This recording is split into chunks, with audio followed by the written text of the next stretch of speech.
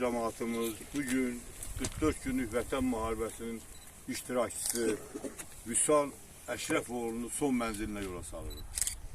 Vüsal Əşrəfoğlu bildiyimiz kimi 44 günlük Vətən Müharibəsində çox böyük şücaət və rəşadət göstərmişdir. Onun bu rəşadət və şücaəti ölkə başçımız Cənab Prezident İlham Əliyev tərəfindən layiqincə qiymətlənərək bir çox orden və medallarla təltif olunur.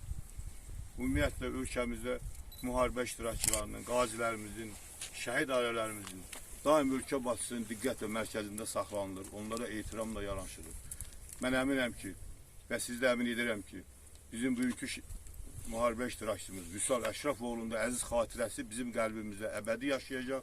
Onun ailəsinə ehtiramla yanaşılacaq, əlimizdən gələn hər bir dəstəyi verəcəyik. Allah bütün şəhidlərimizə rəhmət eləsin. Amin. Eyni zamanda bizim qazimiz, bugün dəfn edildiyimiz Vüsal Əşrəfoğlu. Allah rəhmət eləsin. Valideynlərinin, qohumlarının, əzizlərinin başı sağ olsun. Allah'tan səbir diləyirəm. Allah rəhmət eləsin. Ruhu şad olsun. Alçaq ol burada. Gəlin.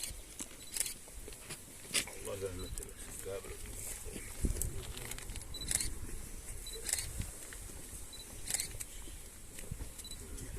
Geçin. Buyurun. Lütfen de böyle bu kadar. Allah rahmet eylesin.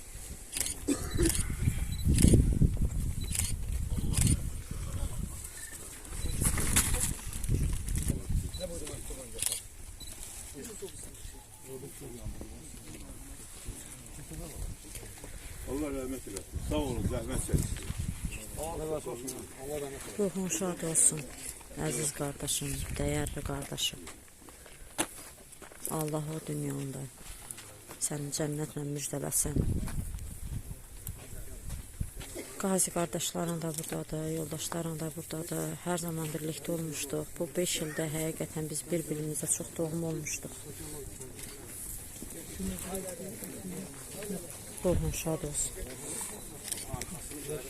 Haqqını bizlərə halal elə, əziz qardaşım.